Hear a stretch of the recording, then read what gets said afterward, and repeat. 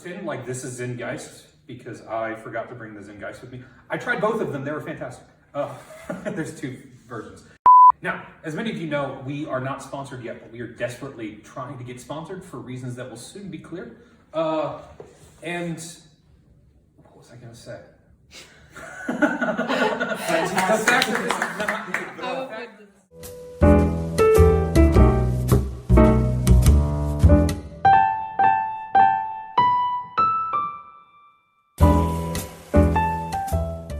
Hi, welcome back to Late Night at the Wall. I am, of course, Foster from The Wall, and really excited to be here tonight.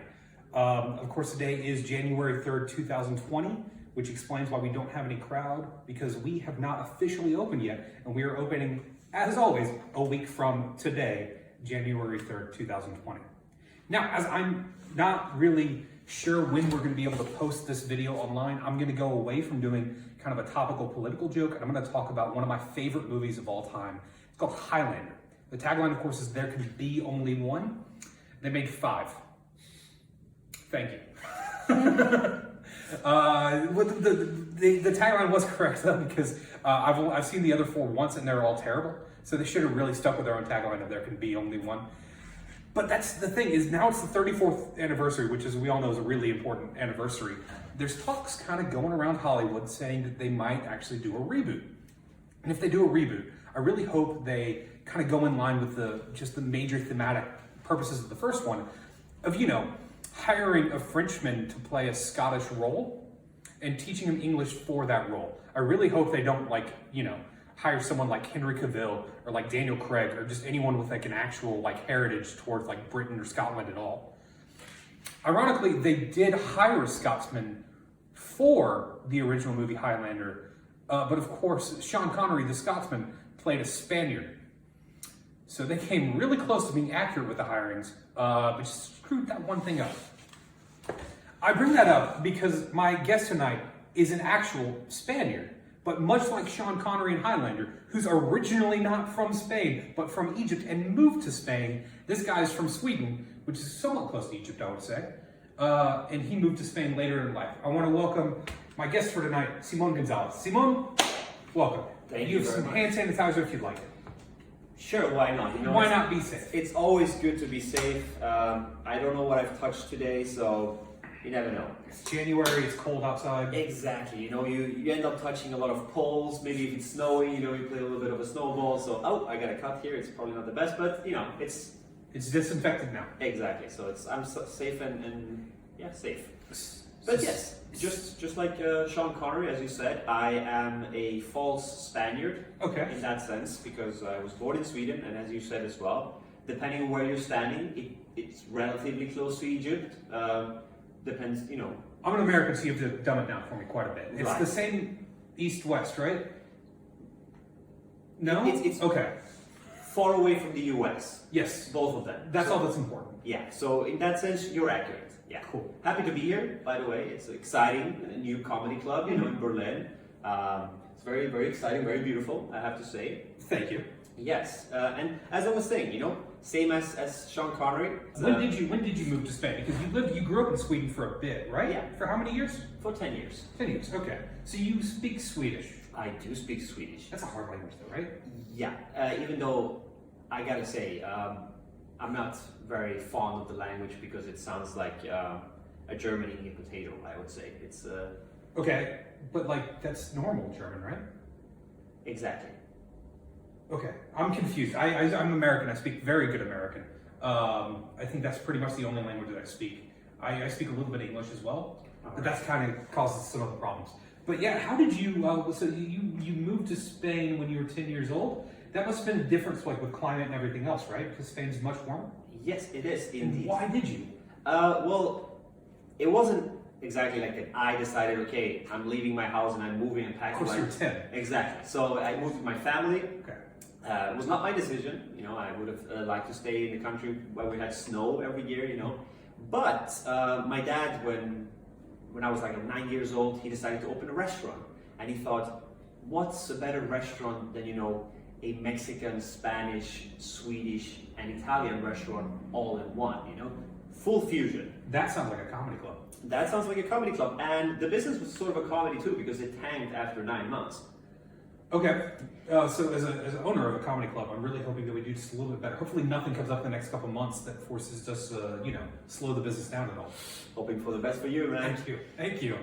But the problem was, for opening the restaurant, of course, you need money, you need credit, right? And so he went to the bank, presented them with the marvelous idea of a 4-country restaurant, and of course, everybody turned him down because they said it was a stupid idea. He should have listened. That was like the first sign, and then I asked him at 9 years old. I told him, "What about marketing? Do you have anything special?" He was like, "Marketing, Simon, please. Did you not hear me? It's a Spanish, Mexican, Swedish, Italian restaurant." That's 4 target groups right there that want to go to that restaurant that always are in Sweden. Exactly. Yes. Especially like we're not in Stockholm. We are in a smaller town where there's very few international people. Why would they not want to have this restaurant? And very few people in general, I would imagine. Exactly. But no, he went for it, and he sat through a couple of days and thought, who could I ask for this money since the bank is not gonna lend it to me? The Yugoslavian mafia in Sweden. Okay, first of all, I have so many questions. There's a Yugoslavian mafia in Sweden. Is Yugoslavia even a country anymore? No, but according to my dad, by that time they were still a country. Okay, so that's one.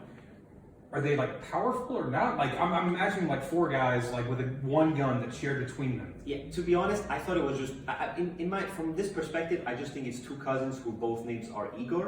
But my dad, he was scared. Like he borrowed the money and couldn't pay them back because the restaurant wasn't working well. And apparently they told him, if you don't pay us back, we're gonna kidnap your kids. So my dad just packed up the car.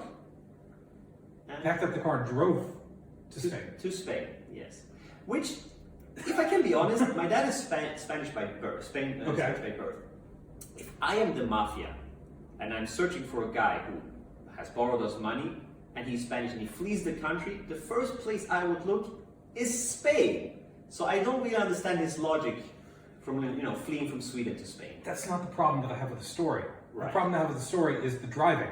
Yeah. Did he drive? So he drove east around, or did he go to like on a boat? We went one night on a boat, on a ferry, and okay. Because I'm 9 and very gullible. Was it like a cruise? Well, he painted it as a cruise. It was just a one night ride that had a cinema, and that was good enough for me. But the way he painted it was, we're going on a trip. We didn't usually go on trips, and I was like, oh, this is exciting. Are we going back? Right. And he's like, not that kind of trip.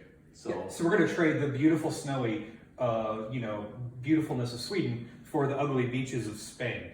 Exactly. Even though I kind of want to go to the beaches in Spain right now because it's January 3rd, 2020, not the summer of 2021. Exactly. I don't know why you would think that. No, that would be stupid. I mean, you just opened the club. We haven't opened yet. We open in a week. Oh, fantastic. I'm very excited, by the way. But because of that, how long have you been doing comedy? A couple of months. I started in October, November 2019. But you're progressing quite nicely, right? Yes. And now you're getting, you're starting to, produce. I think in a few months you'll be doing TikTok videos, and I think you'll even run a show. Hopefully you'll run a show here once. Well, you want to talk about that? What kind of show ideas that you might have that you might want to run here? Maybe on Wednesdays around 6, 7 p.m. Well, that would be a fantastic time, to be honest. That would be really cool. Yeah. Now, just thinking really quickly. I don't know. You got me a little bit off guard there. I would say probably a name. What do you think of the name Joke Wars? That's a terrible name. We should do it. Okay, fantastic. We should get a poster and we should do it. Yeah. Because I'm thinking, I imagine the scene is very international. And I think I would befriend somebody in the scene who's probably Korean descent, I would say. And with him, I can just see it somehow. Like in the future, we might do a show together. Well, if you do, it's on Wednesdays at what time? 6:30. 6:30 p.m. if we end up doing it. Yes. If we end up opening, not shutting down for a very long period of time because of something that no one foresees. No. Then that will be good. Well, perfect. Thank you so much for coming on. It was great. I'm looking forward to seeing you again when we open for the first time ever. Thank you so much. I'm very excited about it. And hopefully I'll be able to run a show here. Hopefully you will. Hopefully you will. Thank you so much again, Simon. That was our show for tonight. Now, as I mentioned earlier, we do not have any sponsors, but we are desperate to change that. for reasons that will be clear in a couple of months if we air this live. Now, the last one didn't go so well, so we're going to do a little bit of a change of things. This new one, where is that? We'll leave that there for now. So I'm from Texas, and I just discovered something called a vegetarian.